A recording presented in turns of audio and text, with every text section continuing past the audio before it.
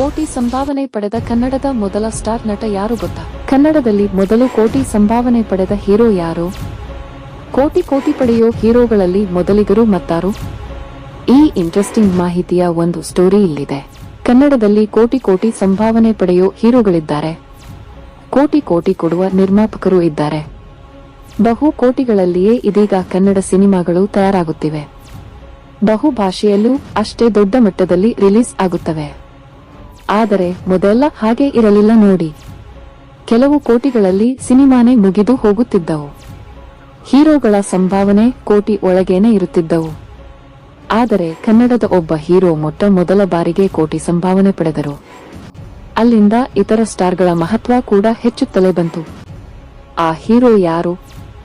ಕೋಟಿ ಪಡೆದ ಸಿನಿಮಾ ಯಾವುದು? ಕೋಟಿ ಸಂಭಾವನೆ ಪಡೆದ ಕನ್ನಡದ ಮೊದಲ ಹೀರೋ ಯಾರು? ಸ್ಯಾಂಡಲ್ವುಡ್ನಲ್ಲಿ ಹಲವು ಪ್ರತಿಭಾವಂತ ನಾಯಕ ನಟರಿದ್ದಾರೆ. ಕೆಲವು ನಟರು ಕಮರ್ಷಿಯಲ್ ಹೀರೋ ಅನಿಸಿಕೊಂಡಿದ್ದಾರೆ. ಇವರ ಸಂಭಾವನೆ 1 ಕೋಟಿ 2 ಕೋಟಿ ದಾಟಿ ಹೋಗಿದೆ. ಕನ್ನಡದಲ್ಲಿ ಮೊದಲು ಕೋಟಿ ಸಂಭಾವನೆ ಪಡೆದ ಹೀರೋ ಯಾರು?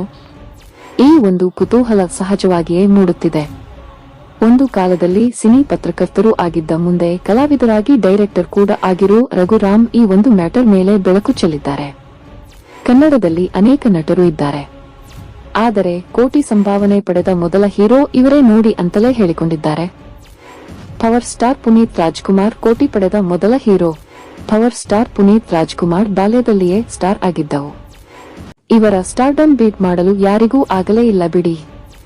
ಬಾಲ್ಯದಲ್ಲಿಯೇ ಜನರ ಮನಸ್ಸು ಕದ್ದಿದ್ದ ಅಪ್ಪು ಮುಂದೆ ಹೀರೋ ಆಗಿ ಬಂದ್ಮೇಲೂ ಅದೇ ಪ್ರೀತಿಯನ್ನು ಗಳಿಸಿಕೊಂಡಿದ್ದರು. ಅದನ್ನೇ ಇರೋವರೆಗೂ ಉಳಿಸಿಕೊಂಡಿದ್ದರು. ವೀರ ಕನ್ನಡಿಗ ಚಿತ್ರಕ್ಕೆ ಪುರಿ ಜಗನ್ನಾಥ್ ಕತೆ ಬರೆದಿದ್ದರು.